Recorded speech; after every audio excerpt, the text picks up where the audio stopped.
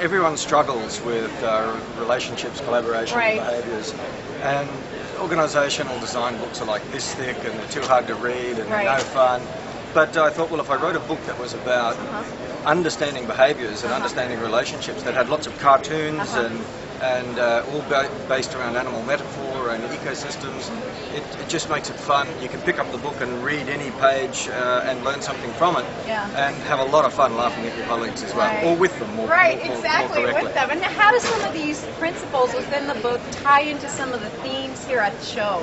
At the show, really knowledge management is about getting information from one person's brain to another person's brain. That's right. And by far the best way to do that is to get two people sort of working closely together. Right. The closer the relationship, the better the exchange and the richer the exchange. Right. And the more you understand about the other person's behaviour, the closer you can get. Right. So if you can understand what sort of animal they are and how they work in their ecosystem, you can actually understand how to interact with them in a much more productive way. Interesting. Okay, so actually by understanding their behavior, you can foster better collaboration, improve productivity in the workplace, and in fact, for those of you that have personal brains, you could share your own brains to facilitate that collaboration. How could some of our personal brain users take what you're talking about in the book and translate that into their own personal brains?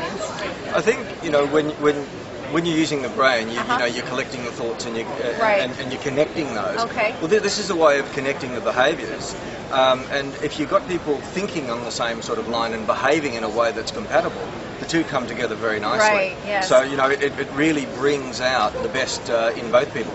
Even if you're someone very different. In some ways, that's a really good thing because you get perspectives that you don't think of yourself from them and they from you. That's right. So you can actually trigger whole new thoughts.